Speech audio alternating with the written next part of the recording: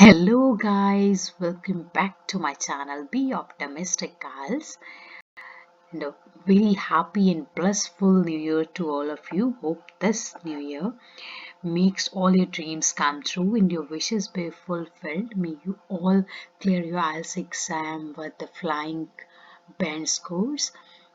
And one thing more, I'm extremely grateful to all of you for being a part of my YouTube channel.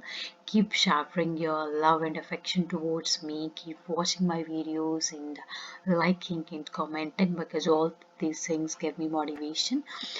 And in this video session, I'm going to let you know about the common grammatical mistakes in IELTS writing.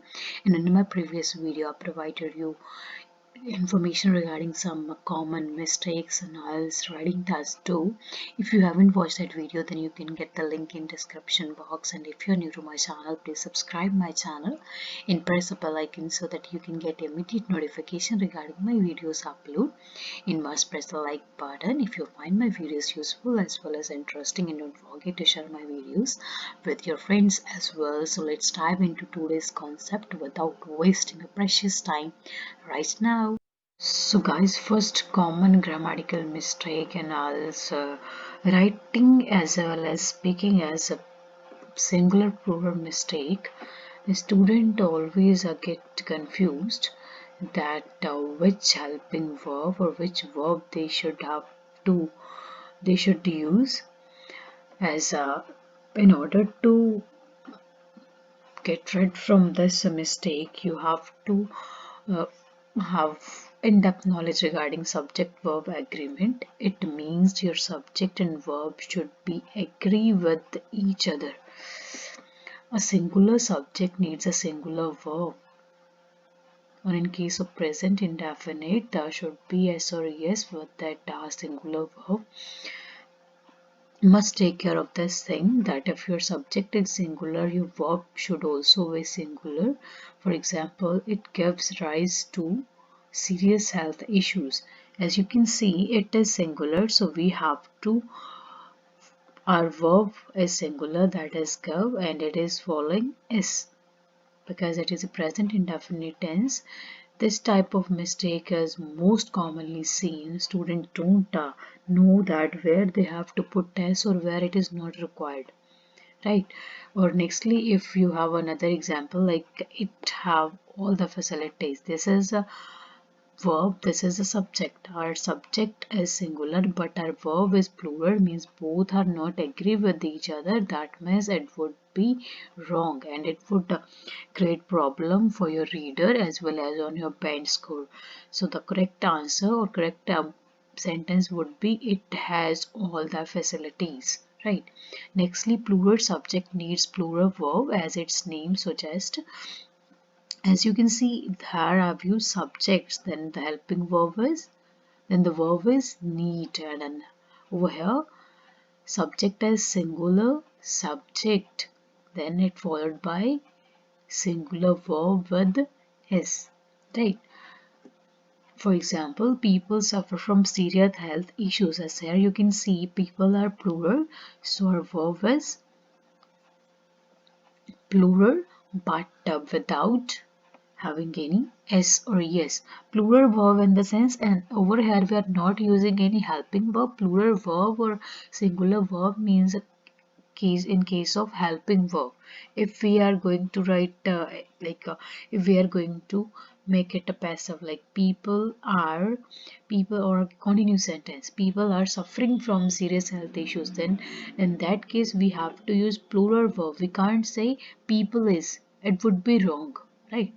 If we want to use a singular verb, then our subject should be singular, as in this case person is suffering from serious health issues, right? That means plural verb, right? But in case of present indefinite, we don't use any helping verb. In case of present indefinite or past indefinite, no helping verb is used, so you just have to take care of the verb and check whether it needs s or es or not. As in case of plural subject, S is not followed, only you have to use only V1. Guys, have a brief look at the countable and uncountable nouns or subjects. As you can see, child, people, decision and ocean, these are countable one because these all have the plural forms such as children, people, decisions, oceans. So if these are used as a plural, so verb would be plural, but if these are used as a singular, then the helping verb should be singular. And these are the uncountable subjects which don't have plural form, so these are considered as the sub-singular ones. So verb should always be singular, such as money, research, news, information. We can't say newses, right?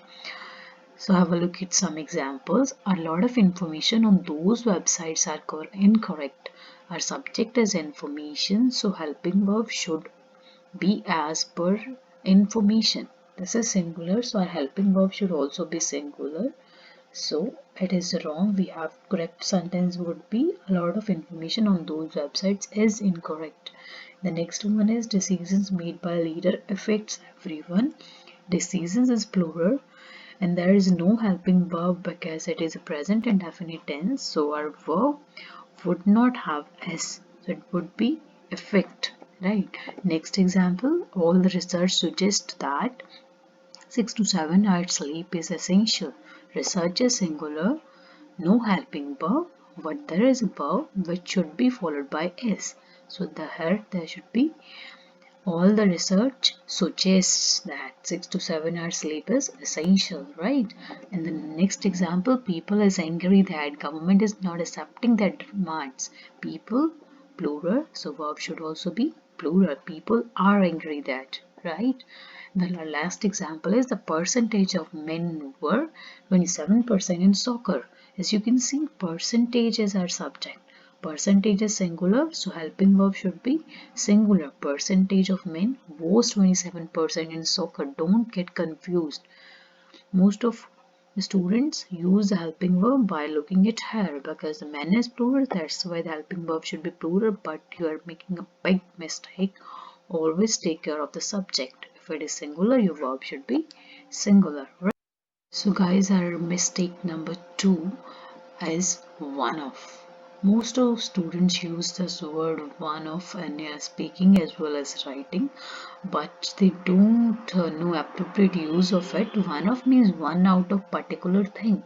So after one of, there should be plural. Like this, one of the reasons, one of the books that I read, and I'm going to talk about one of the books that I read, or one of the biggest problems with which people are struggling is pollution. Always follow one of with the plural, right? Because you're talking about one out of many, right? As one of the biggest problems facing world is pollution. Here we can't say one of the biggest problem. It would be wrong, so be careful when you are using one of. There should be a plural noun, right? Nextly, mistake number 3 is related to everyone. Most of the students get confused about its uses. Everyone is singular, so verb should always be singular, such as everyone should be followed with has or does, like a singular subject too. Like a singular subject does, right? Or every people. We can't say every people. It would be wrong. We can't say every people, but we can say every person, right? Nextly, our mistake number 4 is uses of verb and adverb. Mostly students get confused where they have to use verb. Actually, how they should use adverb. Actually, adverb qualifies a verb. They try to emphasize on adverb, emphasize on a verb, that how it works. Like as a verb is action, adverbs give like more description about that action. If someone runs, then adverb mention how, like he runs fastly, right? He sings sweetly. These are adverbs. Adverbs always follow the verb. This type of mistake is most commonly seen in IELTS writing task 1 when the students make comparisons As you can see, the example, the price of fuel was increased significantly, right? So this is the verb and this is the adverb. It should be followed by verb, which describes how it increased significantly or gradually. So guys, have a look at your mistake number 5, that is incorrect passive sentences.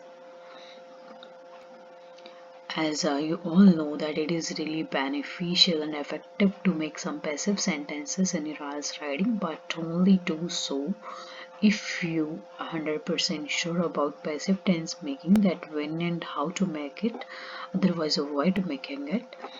And in the passive sentences we always have to use be3, so be sure, and mostly the position of the subject and objects are swapped, right? As you can see the example, government should provide healthcare facilities to the people. Some students try to make the passive, but they don't swap the locations, or they don't even change the verb. As you can see, government should be provide healthcare facilities to the people. Even the verb is not changed to third. So it can be like this: the government should be provided healthcare facilities to the people, but still it is wrong because the position of the words hasn't been changed yet. So let's have a look at the correct version. Healthcare facilities should be provided to the people by the government. Even we can omit the government because we know that healthcare facilities or any kind of facilities are provided by the governing authorities. When we are known by the object, then we can omit it as well. It can be simply like this as well: healthcare facilities should be provided to the people.